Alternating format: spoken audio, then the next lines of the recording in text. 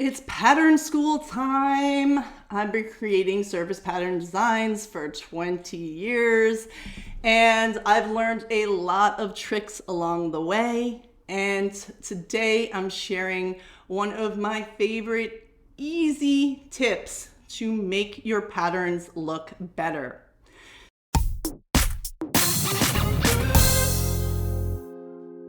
So if your patterns need a little extra pizzazz, if they feel like they're lacking something, well, honestly, I have 100 million tips that would probably improve them.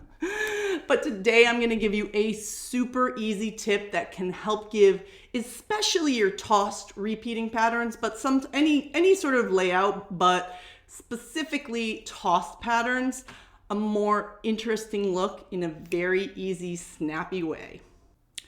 So if you have a pattern that feels kind of stiff, if it feels a little bit boring, there could be a lot of reasons, okay? I'll be honest, and I'll dig into a few of those later in the video.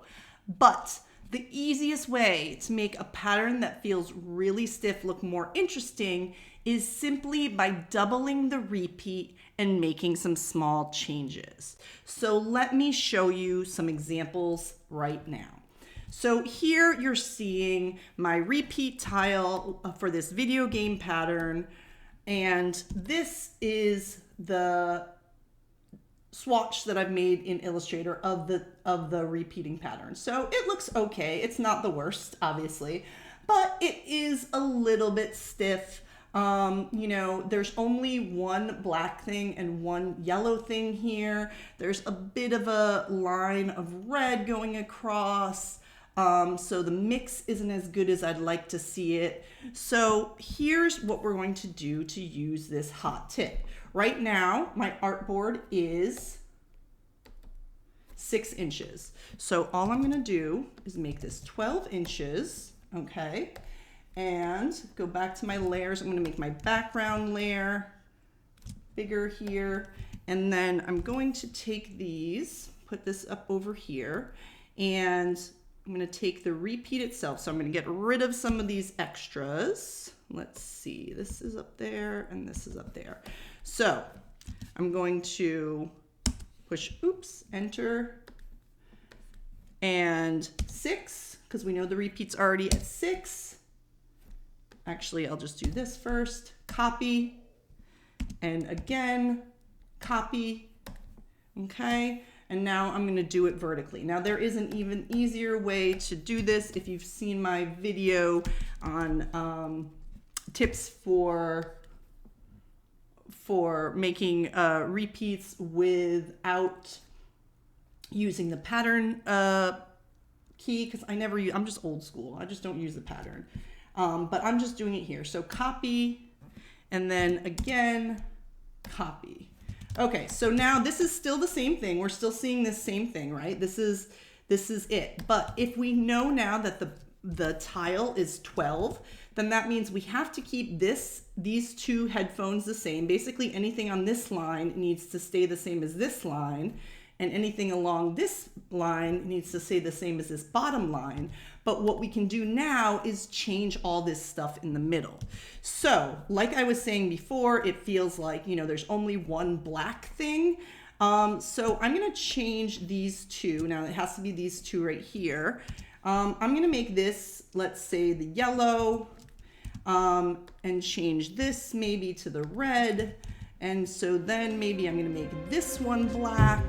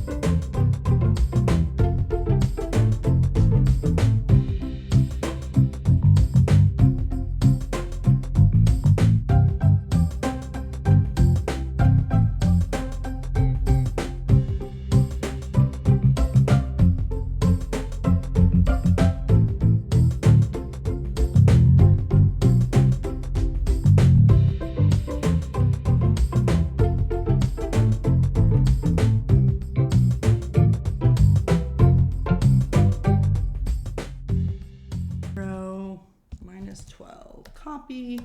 All right, so let's see what this looks like as a repeat. So right now, my box here is at 6, but I'm gonna change it to 12, 12. Now I'm going to select this whole thing. Oops, not these. This whole thing, drag it, and let's see what we got here. So first of all, let me make this a little bigger so we can see. And now let's see this new repeat. See how that's more interesting? Obviously, if you're just making something very small, then that 6 inches is fine. But this is more interesting. Again, I could perfect this, but you're seeing how this easily, without having to create new designs, without having to work on more like fitting things together, easily makes this a little bit more interesting, gives some more yellow and black that comes around. And yes, like I said, I could tweak things. There are slight holes here. This is kind of all crowded. I would probably edge things over, but you get the idea that this is a quick way to make an improvement. All right, this here is a 9-inch repeat, and this is what it looks like in repeat, this little cabin, snowy cabin, and it's cute, it's fine, but let's see what we can do quickly by doubling things. So I'm gonna make this artboard 18 by 18. I'm gonna do the same thing with, I'll just double this so that the background is also doubled. There we go. You can see this small line is gonna be the repeat, so I'm pushing it up slightly.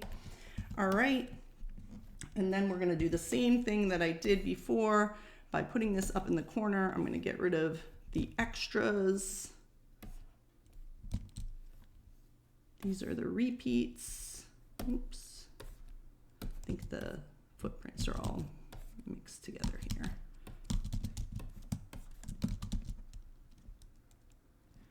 And I'll take these out. All right, so 9, copy. So I don't have to fit this all together. I already know the spacing is pretty good. And that's what's the benefit of this, right? Because if you have some complicated things and you just made a bigger repeat, I'm going backwards here, and just started taking these icons and trying to fit them in here, that's gonna take a while, which is okay, but I'm just saying that it can be faster if you do it this way. So, and copy. All right, so now we have this bigger repeat that we can do whatever we want with. And probably one thing I would do is this Christmas tree, right? There's only one single Christmas tree. Maybe I would switch this tree and this tree and make a Christmas tree back here so it's a little bit different.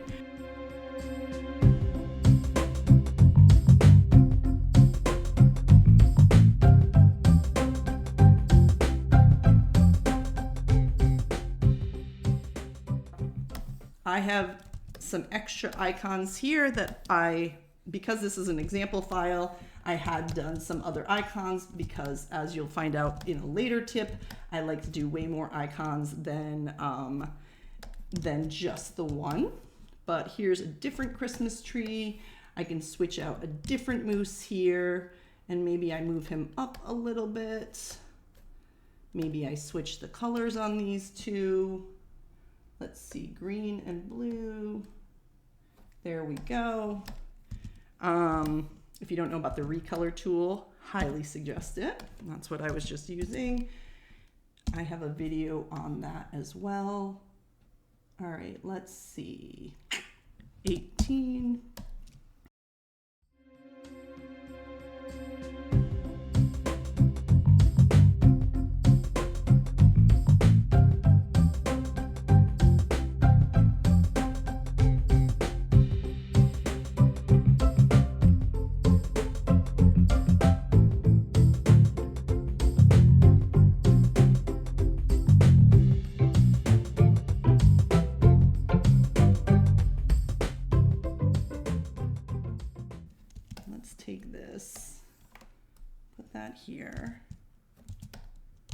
is the original. And again, obviously this could definitely use some finessing, but you're already seeing, like, I mean, I would still, this is good that this is different, but this one I would probably change and maybe change the color, make this a dark green because it's such a big tree that you really notice it in the repeat. So I'd probably make this one maybe a dark green, and maybe I would make this one 2 smaller trees or something like that. So like obviously there's things that I could do to really make it stand out, but as you see, this was a really quick way to do something different. In a minute, I'm going to give you a few more of my favorite tips for making your pattern shine a little bit brighter. But for right now, comment if you're going to try this tip. Definitely hit like and ask me any questions you might have about what I'm doing and what I just showed you, because I know I wasn't talking about every little step. I was really just giving the overview. So let me know what questions you have so I can help you out. All right, a few more tips now. Like I said, I have a million of these in my class, Successful Licensing Collections. I have like whole checklists of what makes a really strong main print, how to assess your work, how to assess your collections to make really strong collections, you know, what to look for in different, you know, whether it's a main print, what kind of things are in a collection if you're doing multiple prints in a collection, multiple patterns in a collection. You know, I have kind of all the details on all that stuff, but just to give you a few of my favorite tips right now, besides that hot tip that I just walked you through. First off, check out my amateur mistakes videos. I have 2 videos going through some of the mistakes that I see amateurs making, beginners making with their patterns and their designs. And this is no shade, we're all beginners at some point. So seriously, it's not a bad thing. I'm not trying to bring anyone down a peg. I'm just trying to help you up level your designs. My most important tip, potentially, I don't know, they're all very important. In my first video is tip number 2, which is about using the same motifs. I want you to change it up. Even if your design is a design that is entirely, let's say, sunflowers or bicycles or something like that. Don't draw one sunflower or one bicycle and stamp it around 17 times. Please don't do that, okay? I want you to have some variety, have some slightly different views, have some different colors, have some different features. Like if it's bicycle, different handlebars, a different seat, one with stripes, something with a little bit of color, something different, okay? Make it different. If it's flowers, maybe it's a more, you know, blossomed flower. Maybe it's more of a bud. Maybe they have different leaf positions, okay? I want you to change up those motifs. So in the example that I showed you, I created this just for this video. As you can see, for this original repeat, I have 1 icon, 2, 3, 4, 5, 6, 7 icons, which is a lot. It's not that could be enough, but my real pattern that I made when I made this, because I really do believe in having a lot of different things, has this, right? So there's more than 7. Some of these are repeats, but they're, but you know, like the headphones, I did 3 different types of headphones. I have some phones in here. I have these like sort of little switches, and they are basically the same, but they have some variety. Let's see, this one and this one are pretty much the same, but yeah, I have way more than 7 here. I like to do a lot of different things. And the same is true for this one. This was an example file. I made it more simple on purpose, but the reason I had these extra things to use is because my original was this one. So I had some bushes, I had multiple moose, I had a couple other little animals, 2 different types of Christmas trees, you know, I had some other thing, and 4 different cabins. And you know, once I drew one of these, I took another one and changed it up. I put a different tree, I put a different type of window. Some of the doors are different. This is multiple windows. You know, you don't have to do a lot to make something different. Even these stick trees, some of them are slightly different. I probably drew this twice. So that is something that I always do in my work. So when I show these examples, sometimes I have to kind of work backwards with them. All right, so my second additional tip for changing things up is different repeat types. Look, I know a side-by-side grid layout is the easiest way to put together a pattern. The other pattern types do take a little bit more technical knowledge. And that's why I do give so many tips on how to make the most of a side-by-side pattern, but there are other pattern types, the most common of which is the half drop. So if you're not sure what a half drop is, let me break it down for you. All right, I honestly don't even remember the formal name of what you call a repeat that's just regular. Like, I was seriously trying to think of this. I'm like, traditional repeat? I don't know. I'm calling it side by side. Look, I literally went to college and studied surface pattern design for 4 years. So I know my stuff, but it's been 20 years since college. I don't know. It's just a regular repeat. So let's call it side by side, grid layout, whatever you want to say. But the idea is a regular traditional repeat is when you have the red square signifies the repeat tile, and everything in that tile repeats right directly next to and directly below, so that you have a repeat like this. Obviously, this would be a pretty sad repeat. I would recommend putting something in this corner down here, but we get the idea. Side by side, grid, whatever you want to call it, this is a traditional repeat. And that's what I was showing you with all my examples. I was just moving them directly next to and directly below to create a repeat. Now, another option is to take it a bit further and do a half drop. So a half drop repeat, some people call this a brick layout. Brick layout is like on top of, right? But look, I don't know, people have all these different types of repeats. When I went to school, it was side by side, or whatever it was called, and half drop.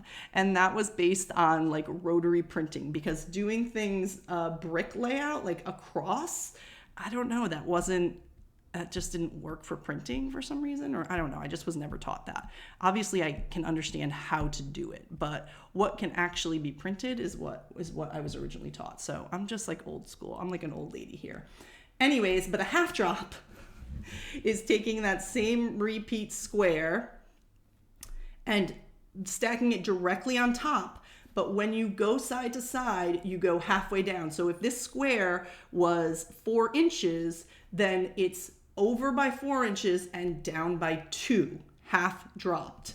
Okay. And so obviously you can see that that can often make a more interesting repeat. So if I had taken my original example over here, this one, and dropped it, and then you have to, I make it look easy here because there's nothing on this side. What you really have to consider when you're doing a half drop repeat is if you draw something right here, then that's going to be right here. It's going to be in the lower part of the next tile. So you have to kind of remember that and keep that in mind. But anyways, if I did that, that does take away that grid-like look, but a sort of easy way to get around that more complicated repeat style is to just dupe it out and make a bigger repeat tile. Okay, so if this is 4 by 4, making an 8 by 8 and then doing whatever I want in the middle, basically. So that is a half drop. Finally, beyond the repeat itself, meaning how the actual tile repeats, within that tile, there are a lot of different layout types. And luckily for you, I have a free layout guide that you should definitely get because it's full of great ideas, okay? So in this guide, I talk about different types of things you can do within your pattern tile. Whether it's just the simple toss, the most popular one where we're just taking different items and tossing them around spaced out, or something more complicated. And I give examples of at least 14 or 15 different types of repeat layouts. So I definitely suggest you download that. I have the link in the description for you to check it out. Right now, if you want some more advice on how to improve, up-level your pattern designs, check out my videos about amateur mistakes. I have 2 of them, as I said, and they are really chock full of suggestions.